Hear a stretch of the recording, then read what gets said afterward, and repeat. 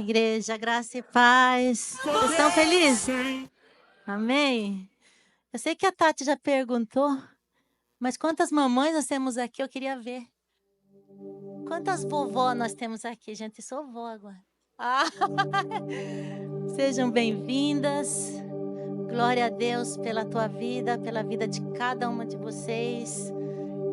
Eu tenho a minha mamãe lá também, está em São Paulo, em Pinhalzinho, interior de São Paulo. Minha mãe tem 88 anos e hoje já dei o recadinho lá para ela, já mandei o beijinho para ela, já falei com ela. E, gente, é muito bom, né? É muito bom a gente ter a nossa mamãe. E eu sei que muitas pessoas já não têm a mamãe, mas a gente sabe assim que um dia todos nós passaremos por isso, porque é o ciclo da nossa vida, né? Mas abrace alguém aí que está pertinho de você, né? Adote como uma mãe. Fala assim, ó, você quer ser minha mãe? Né? Você quer... Então, dê um abraço quem está assim do seu ladinho aí. Não interessa se é mãe, se é pai, né, gente? Talvez você não tenha sido criado também por uma mãe biológica, né? A gente não sabe, talvez seja uma tia, ou talvez você tenha um pai que tenha tido o papel de pai e mãe, né? Eu não sei a história de cada um de vocês, mas Deus conhece e Deus está nessa história também. Amém, gente? E hoje eu quero ministrar aos nossos corações sobre mães que fizeram a diferença, errando, né? Acertando, mas elas fizeram a diferença, tanto que fizeram que elas estão na genealogia de Jesus. Nós vamos falar sobre as mães que estão lá na genealogia de Jesus. E olha que privilégio, hein, gente? Elas foram honradas, né, para estarem ali naquela genealogia, né? E eu queria falar, antes de começar, eu queria falar algumas frases de mães, né, gente, que a gente pensava assim quando a gente não era mãe ainda, era só filha ou filho. Aí fala assim, olha, quando eu ser mãe ou pai, eu nunca vou falar essas coisas, né? Mas, gente, quem já falou depois que foi mãe, falou assim, pegue o casaco que tá frio, né? Pegue o guarda-chuva que vai chover. Uma clássica, você não é todo mundo. Quem já falou isso aqui? Mas todo mundo vai, mas você não é todo mundo. Quantas já falaram isso, né, gente? Ou eu não sou mãe de todo mundo. Um dia você vai ter filhos e vai me entender. Essa é clássica também, né, gente? Acho que todo mundo já fala isso, até pai também, né? Um dia você vai ser pai e você vai me entender. Ou assim, aquela bronca, você deixa tudo espalhado pela casa. Quem já falou isso também? Né? Apague a luz, tá achando que eu sou sócia da Copel?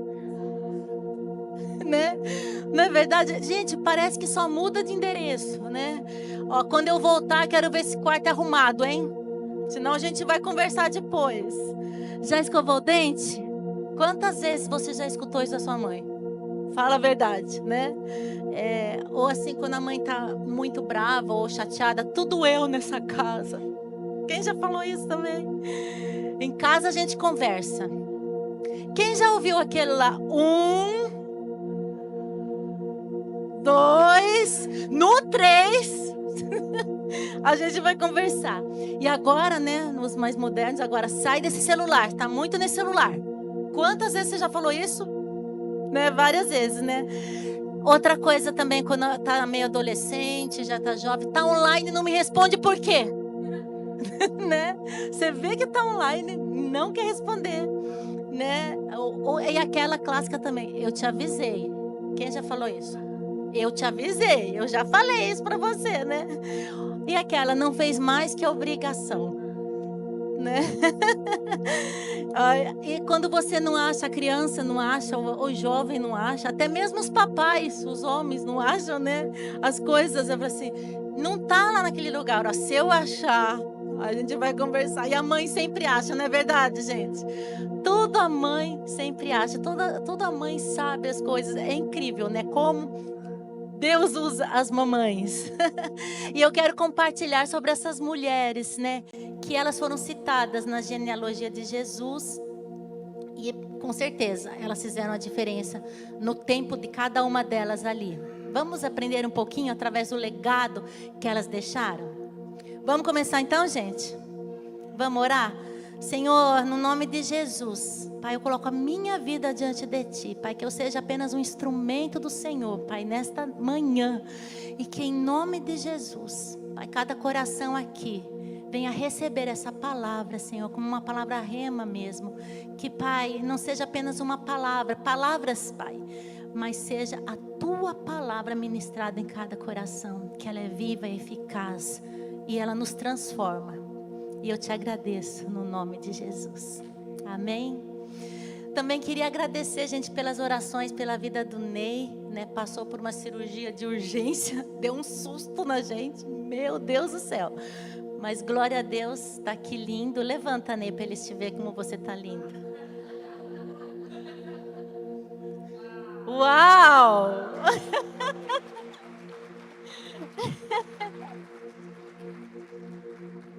Não é lindo demais, gente? Deixa eu tomar um pouquinho de água. Vamos lá, então. Vamos abrir em Mateus 1, onde está lá o registro, né, da genealogia de Jesus Cristo, filho de Davi, filho de Abraão. Abraão gerou Isaac, Isaac gerou Jacó, Jacó gerou Judá e seus irmãos. Judá gerou Pérez e Zerá, cuja mãe foi Tamar. Vamos falar todo mundo junto? Cuja mãe... Pérez gerou Esrom, Esrom gerou Arão, Arão gerou Aminadab, Aminadab gerou Naasson, Naasson gerou Salmão, Salmão gerou Boaz, cuja mãe foi Raabe, cuja mãe foi... Boaz gerou Obed, cuja mãe foi Ruth, cuja mãe foi... Obed gerou Jessé, Jessé gerou o rei Davi. Davi gerou Salomão, cuja mãe tinha sido mulher de Urias. Diga assim, Betseba. Salomão gerou Roboão, Roboão gerou Abias, Abias gerou Asa, Asa gerou Josafá, Josafá gerou Jorão, Jorão gerou Uzias, Uzias gerou Jotão. E aí tem um monte de nomes, né, gente? Vai chegar lá no finalzinho, no versículo 16. E Jacó, que não é o Jacó, né, do segurou o anjo, não. Gerou José, marido de Maria. Diga Maria. Da qual nasceu Jesus, que é chamado o Cristo. Então aqui a gente vê essa genealogia de Jesus. Mateus, que antes de conhecer... Antes de ter um encontro com Jesus, ele era um desonesto cobrador de impostos. Então, aqui ele iniciou o evangelho dele descrevendo, ele já de cara, ele descreve essa genealogia do homem mais importante que já viveu nesta terra. Né? O verbo que se fez carne, aquele que habitou entre nós, aquele que passou 3 anos ministrando os corações e ele morreu, né, na cruz, mas ele ressuscitou e vivo está ao lado do Pai. Este homem, a genealogia deste homem que nós vamos falar dessas mulheres que estão nela. Este é o homem que dividiu a história em antes e depois do seu nascimento. Gente, ele fez a diferença do mundo. Jesus Cristo, o Messias prometido. E Mateus aqui ele está escrevendo para os judeus. Por isso, a preocupação dele em mostrar a origem de Jesus como Messias e descendente de Abraão, que foi o pai da nação de Israel, e de Davi também, que foi o rei da promessa messiânica. Porém, ele também mostra que Jesus é o Filho de Deus e que foi gerado pelo Espírito Santo de Deus, né, em cumprimento dessas profecias aqui no Velho Testamento. Mas o que me chama a atenção na genealogia de Mateus é de que os outros evangelhos não descrevem, é a referência que ele faz em algumas mulheres. E hoje a gente vai falar um pouquinho, né, sobre elas, suas vidas e de por que elas foram citadas. Mateus mostra, através dessa genealogia, que Jesus veio salvar a todos, né, não importando quem a pessoa foi no passado. Né, você muitas vezes se cobra, fala assim, eu não sou digno de estar, né, diante de Deus. Gente, ninguém é, nós não somos. Mas pela graça nós estamos diante dele. Né, nós conhecemos o Salvador, mas que a partir do momento que a gente teve um encontro com Ele, com a palavra, que Ele é o próprio verbo, né, que é o próprio Jesus, que tudo mudou nas nossas vidas. A nossa vida muda. Assim como ele mudou a vida de Mateus, né? E também dessas mulheres que a gente vai ver que estão escritas nessa genealogia, através do Senhor. E quem são essas mulheres? Vamos começar por Tamar, né? No versículo 3 de Mateus 1, diz assim: Judá gerou Pérez e Zerá, cuja mãe foi Tamar. A história de Tamar, gente, é uma história triste, né? Eu, assim, vejo assim como Tamar errou, tentando acertar e também pedindo por justiça. A história dela, que era nora de Judá, ela gira em torno do cumprimento da lei do levirato, que era, essa lei era como quando se morresse um filho, o irmão mais novo casava com a pessoa. Por exemplo, né? Eu casei com o Ney. O Ney morre. Está amarrado, não me diz. A gente não teve filhos, aí o que acontece? Eu vou casar com o irmão dele, depois dele, né? Até ter a descendência ali. Né? Essa era a lei. E para manter o nome da linhagem ali, né? Então, os 2 primeiros maridos de Tamar, gente, eles morreram. Ela, né, teve o olha o nome dele, Diz que ele não era muito gente boa, né? E Deus, né, tirou ele do cenário ali. O morreu e o Onã também. Então, Judá, e tinha o mais novo, né? Aí Judá mandou ela para a casa de seus pais, porque o filho mais novo era muito novo. Mas, na verdade, ele ficou com medo de acontecer o mesmo. Ele falou assim: meu Deus, essa mulher está dando azar para meus filhos. 2 morreram, né? Mas não foi nada disso. Deus mesmo que tirou eles de cena. A gente vê isso na palavra, né? Só que Judá, ele não cumpre com a lei do levirato, né? Ele deixa a viúva, deixa Tamar viúva, manda ela para a casa dos pais, sem descendência. E aí o que Tamar faz? Ela, por justiça própria, gente, ela decide enganar seu sogro, ela se veste de prostituta, ele fica viúvo, né, o Judá, ela se veste de prostituta e tem relações com o Judá. Tamar, ela ficou grávida do seu sogro. Olha que história, né, gente? É uma história triste, né? Mas ela está lá na genealogia de Jesus. Pense nisso. E ela ficou grávida do seu sogro e da sua semente descenderia o Messias. Pensa, né? Uma história que de perdas, humilhação, vergonha e dor foi reescrita pelo Senhor. Judá também reconheceu a sua culpa. Né? Se você ler, gente, vejam essa história, está lá em Gênesis 38, do 1 a 30. Judá, ele reconhece a sua culpa por não ter cumprido a lei, né? Por não ter dado outro filho dele. E por fim, Tamar, ela teve gêmeos, que é o Pérez e o Zerá. Ele reconhece esses gêmeos que nasceram dela. E por isso a descendência ali está. A gente viu que lá em Mateus 1:3 diz assim: Judá gerou Pérez e Zerá, cuja mãe foi Tamar. Né? Então, gente, essa história de Tamar é uma história vista como um exemplo assim, de coragem, justiça, de fé, e também de uma demonstração da importância da preservação da linhagem de Judá, do qual o Salvador Jesus Cristo viria. E eu quero falar para vocês que Deus se importa conosco. Deus se importou com Tamar. Deus se importou com Tamar, não deixou ela só. A gente vê nessa história que Deus levantou essa mulher como mãe de Pérez e Zerá e a colocou num lugar de honra na genealogia de Jesus Cristo. E talvez você esteja passando por momentos ruins assim também, momentos de injustiça, de humilhação. Mas lembre-se, Deus é um Deus de restauração, de transformação, de renovo. Ele não vai nos deixar sozinhos. Amém? Basta a gente estar diante dele. Fala: Senhor, eis-me aqui, né? Faça na minha vida a tua vontade. E ele vai nos usar, e ele vai nos restaurar, vai nos transformar, né? Vai mudar a nossa história, assim como ele mudou a história de Tamar. A segunda mulher, vocês lembram quem era? Quem lembra? Raabe, né? Raabe, gente. No versículo 5, né, de Mateus 1, diz assim, ó: Salmão gerou Boaz cuja mãe foi Raabe. Raabe era uma mulher cananeia e ela era prostituta. Pensa, que vivia em Jericó. Uma cidade onde os israelitas pretendiam conquistar. Mas ela tomou uma atitude de fé ao esconder os espias hebreus.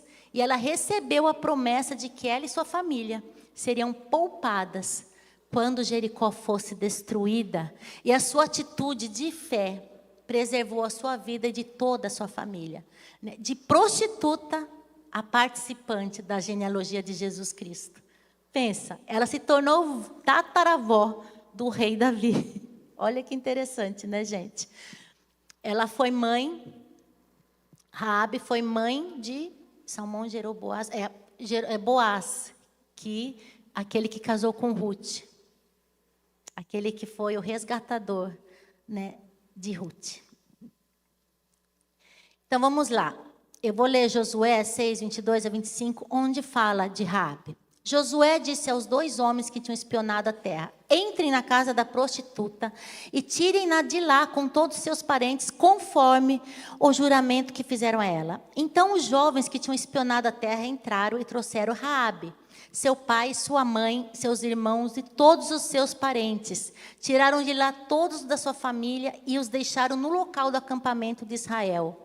Depois incendiaram a cidade inteira e tudo que nela havia, mas entregaram a prata, ouros e utensílios de bronze e de ferro ao tesouro do santuário do Senhor. Mas Josué poupou a prostituta Raabe e sua família e todos os seus pertences, pois ela escondeu os homens que Josué tinha enviado a Jericó como espiões. E Raabe vive entre os israelitas até hoje. O corpo dela, né, gente? E esse fato aqui, gente, nos mostra que Deus tem poder para mudar a nossa história.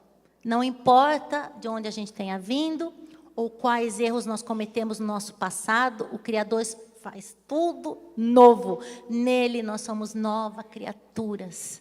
Ele nos renova, Ele nos recebe do jeito que estamos, mas não nos deixa do mesmo modo. Nossas atitudes começam a mudar, nosso modo de pensar muda, até as nossas roupas mudam, né, gente? As nossas palavras mudam, enfim, Ele muda as nossas vidas, Ele nos transforma, nos faz novas criaturas. E nós, quando conhecemos verdadeiramente, nós nascemos de novo. É um novo tempo nas nossas vidas. As coisas velhas ficaram para trás. E agora vamos falar da terceira mulher que está na genealogia, que é Ruth, né? Boaz, no versículo 5, Boaz gerou Obed, cuja mãe foi Ruth. Ela era uma moabita, uma viúva, sem filhos e pobre. Gente, olha a história dessa mulher também. Ela era indefesa e sem defensores. Parecia que estava tudo perdido. Só restou uma sogra, né? Pobre e amargurada. Pensa numa pessoa amargurada, era Noemi. A gente vê como ela estava amarga, assim, por tantas feridas que ela tinha passado. Mas, através de Ruth, Noemi se reergueu. Através do exemplo de Ruth, mas antes do exemplo de Ruth, né, a gente vê que Ruth, ela escolheu ficar com a sogra, porque ela poderia ter voltado, né, porque ela não era uma judia, ela poderia ter voltado para a terra dela, mas ela escolheu ficar, porque através da Noemi, essa sogra que estava amarga, naquele momento ela estava passando por essa amargura, né, ela conheceu ao Senhor, e através do marido, do esposo dela também, né, que já estava falecido, ela conheceu ao Senhor. Então ela decidiu ficar ali com o povo de Deus e voltar para a terra de Noemi. Ela não olhou para a sua dor, mas ela preferiu ajudar a sua sogra. E Deus, que conhecia o seu coração, a amou, né, a resgatou, a fez prosperar, né, e mudou a sua história. Ruth teve uma nova história, assim como Ele quer mudar a minha e a sua história. Amém? Você crê nisso? Talvez a sua história não seja tão linda até agora, até aqui. Você fala assim, minha história, eu não quero nem me lembrar, não quero nem pensar. Mas o Senhor vai mudar essa história. Você crê nisso? Se a sua história não está legal, Ele pode fazer isso. Ele pode transformar a sua história. E qual a situação que você está vendo, que muitas vezes você vê não tem saída. Gente, muitas vezes, essa situação seja o começo, né, de um renovo na sua vida, de um novo, de uma grande vitória. Talvez, quando a gente está numa situação muito difícil, talvez a gente não enxergue o que está por trás, porque tudo que acontece com a gente é Deus trabalhando no nosso coração. Você crê nisso? Porque nós temos um processo nas nossas vidas, né? Nós estamos em processo de restauração, de cura, de libertação, todos os dias. Nós temos que tomar posicionamento diante de Deus. E a gente tem que entender, não, Deus está à frente da minha vida. E esse processo que eu estou passando é para a minha cura, é para a restauração do meu coração. Amém? E eu queria ler com vocês em Ruth, nós vamos ler alguns versículos. Ruth 4, vamos ler o 13. Boaz casou-se com Ruth, e ela se tornou sua mulher. Boaz, que foi o resgatador dela, a possuiu, e o Senhor concedeu que ela engravidasse e desse à luz um filho. Vamos ler o 17. As mulheres da vizinhança celebraram o seu nome e disseram: Noemi tem um filho, e lhe deram o nome de Obed. Este foi o pai de Jessé, pai de Davi. Olha, gente, como vai se encaixando as histórias aqui, né? Então, a gente vê como Ruth, né, foi mudada a história dela através de ela ter conhecido esse resgatador, que é uma figura de Jesus ali na vida da Ruth, aquele que resgatou ela, né, de uma viuvez, de uma pobreza, de de não ter uma luz no fim do túnel, sabe? De ela estar só com a sogra, que ela colhia, ela ia atrás, onde ela colhia as sobras ali. Gente, o que Deus fez na vida dessa mulher, Ele pode fazer nas nossas, amém? Porque Ele é o mesmo Deus de Ruth, Ele é o mesmo Deus ali da Raabe, da Tamar, Ele é o mesmo Deus de Eva, ali no Jardim do Éden. Pensa, a gente tem esse Deus que é poderoso, que é infinitamente mais poderoso do que a gente imagina. Amém? Vamos para a quarta mulher, que é Betseba. No versículo 6 de Mateus 6 diz assim, Davi gerou Salomão, cuja mãe tinha sido mulher de Urias. Aqui eu vejo assim, ele não fala assim, cuja mãe tinha sido Betseba, né? Porque Urias foi um homem assim, a gente vê que ele foi um homem honesto, um homem íntegro, leal ao seu reino, a Israel, ao seu rei.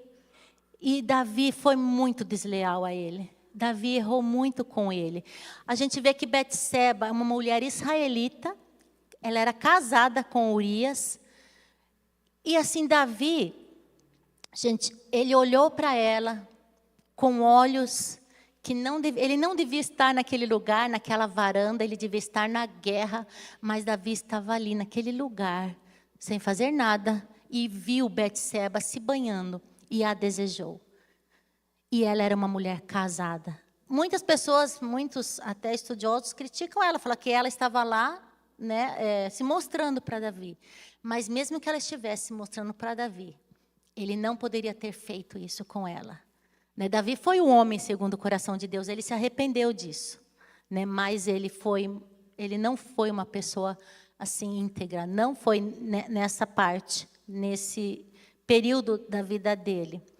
Né? Ele era um rei e ele usou da sua autoridade de forma abusiva com Betseba. Se coloque no lugar de Betseba, né? Principalmente as mulheres. Ele a trouxe para casa, para o palácio. Ele engravidou ela. Ele chamou Urias, né? Porque ele viu que engravidou ela. Falou assim, então vou deixar Urias para ter uma relação com ela. Né? E ele achar que é filho dele. Na cabeça de Davi ele já tinha tudo planejado. Só que Urias era tão leal que ele não teve nem relação. Falou assim, não, estou em guerra, eu não vou. Eu estou concentrado, meu foco é a guerra. Então, o que Davi fez? Colocou Urias ali na frente da guerra, do batalhão, para que ele morresse. Davi, ele fez isso de caso pensado e Urias morreu. Gente, e Urias... Por isso que eu vejo até assim Deus honrando Urias aqui, cuja mãe tinha sido mulher de Urias. porque Urias foi um homem fiel, um homem íntegro. Né? E essa mulher, ela sofreu com a forma que ela foi tomada, né? Com a morte do seu marido, arquitetada por Davi, né? E depois esse filho que ela engravidou, esse primeiro filho que ela engravidou também, ela perdeu. Né? Ela perde o seu marido e o seu filho. Pensa, gente. Se coloque no lugar dessa mulher, o que ela sofreu. Embora ela estivesse naquele palácio, né? Poupada de tudo assim... Né, que com regalias, ela sentiu dor, ela sentiu saudades do marido, porque ela devia amar aquele marido, né, ela sentiu dor porque perdeu aquele filho. Mais tarde, ela se mostra forte e determinada ao lutar, né, para que seu filho Salomão assumisse o trono, e foi isso que aconteceu. Então, Betseba foi uma mulher guerreira, sabe? Ela foi uma mulher guerreira, uma mulher que sofreu, mas que também Deus mudou a história dela. E por isso que ela é uma mulher citada também na genealogia de Jesus. Amém? Então, se você está passando por algo desse tipo, se houve abuso com você, se alguém abusou de você, Deus não está com os olhos virados para você, não. Ele viu tudo. E Ele vai restaurar todas as coisas na sua vida, no teu coração. Amém? Agora, a quinta mulher, gente, que é Maria. Maria é a única, assim, que a gente vê que não era, vamos falar assim, né, é a mais certinha, né? Maria, que está em Mateus 1,16, que diz assim, ó, e Jacó gerou José, marido de Maria, da qual nasceu Jesus, que é chamado Cristo. Ela era bem jovenzinha, era uma adolescente, virgem, e ela era noiva de José. Quando ela recebeu a notícia que seria a mãe do Salvador, já pensou como ficou o coração dela? Uma jovem. Porque assim, hoje a gente vê a história, a gente sabe, né? A gente sabe o começo, o meio e o fim do que aconteceu tudo. Mas pensa, na hora que ela recebe, ela não conhecia Jesus, ela não sabia o que ia acontecer. Chega um anjo lá para ela e fala, né? Olha que interessante. Vamos ler. É o versículo 26, mas eu acho que eu esqueci de colocar o capítulo. É Lucas, que fala do... Lucas 2, eu acho, 1. Lucas 1, capítulo 20, versículo 26. Vamos ver aqui, ó. No sexto mês, Isabel estava grávida de João Batista, né? No sexto mês, Deus enviou o anjo Gabriel a Nazaré, cidade da Galileia, a uma virgem prometida em casamento, a certo homem chamado José, descendente de Davi. O nome da virgem era Maria. O anjo, aproximando-se dela, disse, alegre-se, agraciada, o Senhor está com você. Maria ficou perturbada com essas palavras, pensando no que poderia significar essa salvação. Gente, coloca no lugar da Maria. Maria pensou, quem que é esse anjo, né? O que esse anjo está falando aqui, né? Mas o anjo lhe disse, não tenha medo, Maria. Você foi agraciada por Deus. Você ficará grávida e dará à luz um filho. E lhe porá o nome de Jesus. Ele será grande, será chamado Filho do Altíssimo. O Senhor Deus lhe dará o trono do seu pai, Davi. E ele reinará para sempre sobre o povo de Jacó. Seu reino jamais terá fim. Perguntou Maria ao anjo, como acontecerá isso se sou virgem? O anjo respondeu, o Espírito Santo virá sobre você, e o poder do Altíssimo a cobrirá com sua sombra. Assim, aquele que há de nascer será chamado Santo Filho de Deus. Também Isabel, sua parenta, terá um filho na velhice. Aquela que dizia ser estéril já está em seu 6º mês de gestação, pois nada é impossível para Deus. O que Maria, gente, respondeu?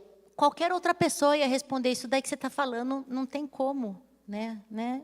Eu não acredito nisso. Pensa, o que ela falou? Sou serva do Senhor, que aconteça comigo conforme a tua palavra. Uma serva do Senhor. Ou seja, ela falou assim, eis-me aqui, faça a tua vontade na minha vida, Senhor. Ela viu que era da parte do Senhor. Assim como Zacarias não acreditou, né, quando o anjo chegou e falou para ele de Isabel, o que Maria fez exatamente ao contrário.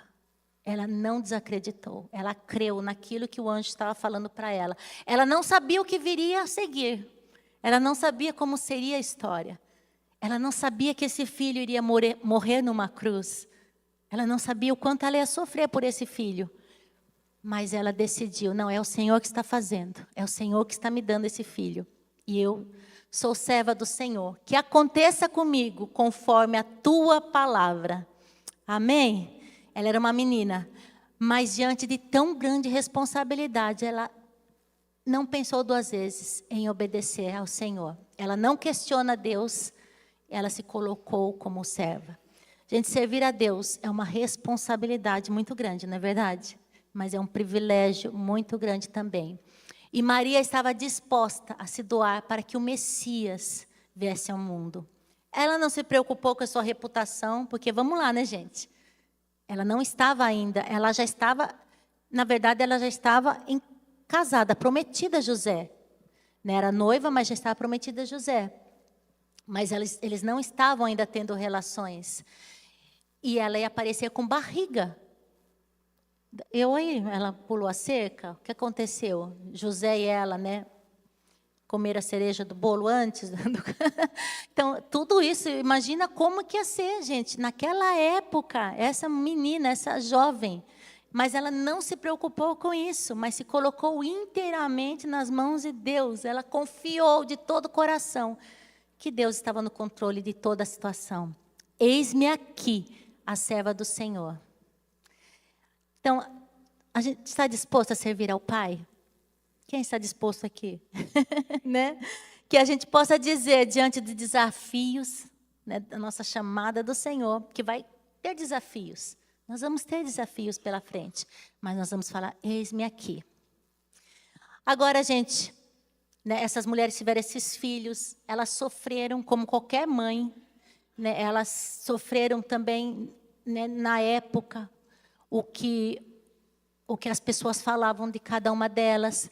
Mas basta ter uma lida rápida na biografia dessas mulheres, para que a gente perceba que, de acordo com a cultura judaica, não haveria possibilidade alguma delas fazerem parte da linha sucessória do Messias.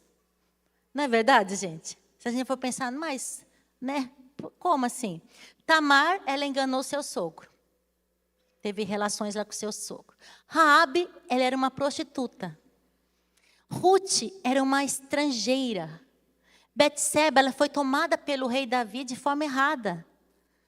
E Maria, além de ser muito jovem, de uma família humilde, virgem, estava noiva. Então elas não tinham possibilidade assim, nenhuma delas, nem Maria, porque Maria estava noiva ali, né? Mas tal fato nos mostra que Deus jamais esteve ou estará sujeito a padrões humanos, daquilo que a gente pensa, daquilo que a gente sabe. A gente pensa uma coisa, mas Deus está além. Ele é o Senhor do universo. Ele sabe todas as coisas, no tempo certo e do jeito certo. Ele está acima de toda a cultura, de toda a religiosidade, de todo o padrão humano, né? Ele está acima disso. E o seu olhar contempla os corações, independente da condição social e da família a quem pertencemos. Independente do que aconteceu com você, independente da tua família, de que família você veio, né? O olhar dele contempla os nossos corações. Ele quer ver um coração quebrantado, contrito, um coração que o ama, um coração que o serve, um coração obediente, um coração que, independente de desafios, diz, eis-me aqui, Senhor, assim como Maria falou. É esse coração que o Senhor... Agora, essa história, se a gente vê essas pessoas que foram, vamos falar assim, no nosso modo de ver, meio torta, né, gente?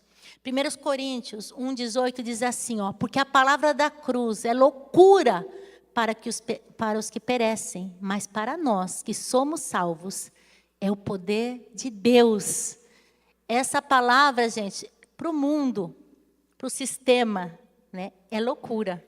Ninguém entende. A gente serve a um Deus que a gente não vê, a gente sente, a gente ouve no nosso espírito. Mas as pessoas lá fora não entendem isso, porque é loucura para os que perecem. Mas para nós que somos salvos, é o poder de Deus, essa palavra é viva nos nossos corações e nós precisamos praticar, vivê-la dia após dia.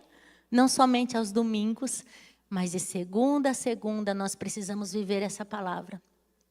Eu queria chamar o louvor, já pode ir subindo. Então, para a gente concluir, não importa a sua descendência, a sua condição social, civil, seu sexo, seus erros que você tenha cometido lá atrás. Tamar, Raabe, Ruth e Betseba também erraram. Né? Deus pode escrever uma nova história para você, para mim, e você pode deixar um legado, sabe, um legado para os seus filhos. Gente, pensa, essas crianças que a gente viu tão lindas, né, naquele vídeo, desde cedo já elas estão aprendendo a servir ao Senhor, a buscar ao Senhor, saber quem Deus é na vida delas. Isso é um privilégio muito grande. Eu não tive esse privilégio, né? Quem teve aqui de criancinha, que está aqui, teve esse privilégio de ouvir a palavra de Deus desde pequenininho? Levanta a mão. Glória a Deus pela vida de vocês. Glória a Deus. Né? Isso é muito gostoso, né? Pegue isso. Fala assim, olha, eu tenho esse privilégio, né? Eu não tive. Mas glória a Deus pela tua vida. E os nossos filhos, netos, né, vão aprender mais sobre o Senhor. E Deus vai escrever uma nova história. Então decida crer, confiar nele. Apesar das circunstâncias adversas, né, entregue a sua vida a Jesus, o Rei dos Reis. E deixe que ele se encarregue de mudar o seu futuro, né, e o presente. Gente, o presente, hoje, nós estamos aqui no presente. A própria palavra já fala, é um presente para nós. O que a gente vive hoje é um presente do céu para nossas vidas. Muitas vezes a gente pensa assim, por que eu nasci? Por que eu estou aqui? Né, gente? Mas pense, isso é um presente do Senhor para a tua vida, você está vivo. Você pode fazer a diferença. Você pode fazer a diferença na tua família, deixar um legado para os teus filhos. Você que é filho e seus pais não estão aqui, você pode fazer a diferença na sua casa. Você pode falar do Senhor através das suas ações. Você nem precisa falar muito, porque não tem santo de casa, não faz milagre. Mas através das suas ações, do jeito que você é na sua casa, você solteiro, né, com seus pais que não estão aqui, você vai mostrar Jesus para eles. Você vai fazer a diferença, assim como essas mulheres fizeram. E estão ali na genealogia de Jesus. Elas estão ali por algum motivo, gente. Eu falei algumas coisas delas, mas o motivo real está lá no coração do Senhor. O Senhor quis honrar essas mulheres. O Senhor quis falar delas, quis deixar registrado, né, que elas estiveram ali e que fizeram a diferença, mesmo errando, mesmo ali, errando, acertando. Porque nós temos o Deus dos impossíveis, que faz nova todas as coisas. Agora, depois de ouvir, né, essas histórias dessas mães, eu quero te dizer, mãezinha, mãe, pai, filho, filha, nós estamos escrevendo a nossa história. E que a gente possa declarar como Maria, sou serva do Senhor, que aconteça comigo conforme a tua palavra. Eis-me aqui. Amém, gente? Vamos orar? Eu queria que você fechasse seus olhos.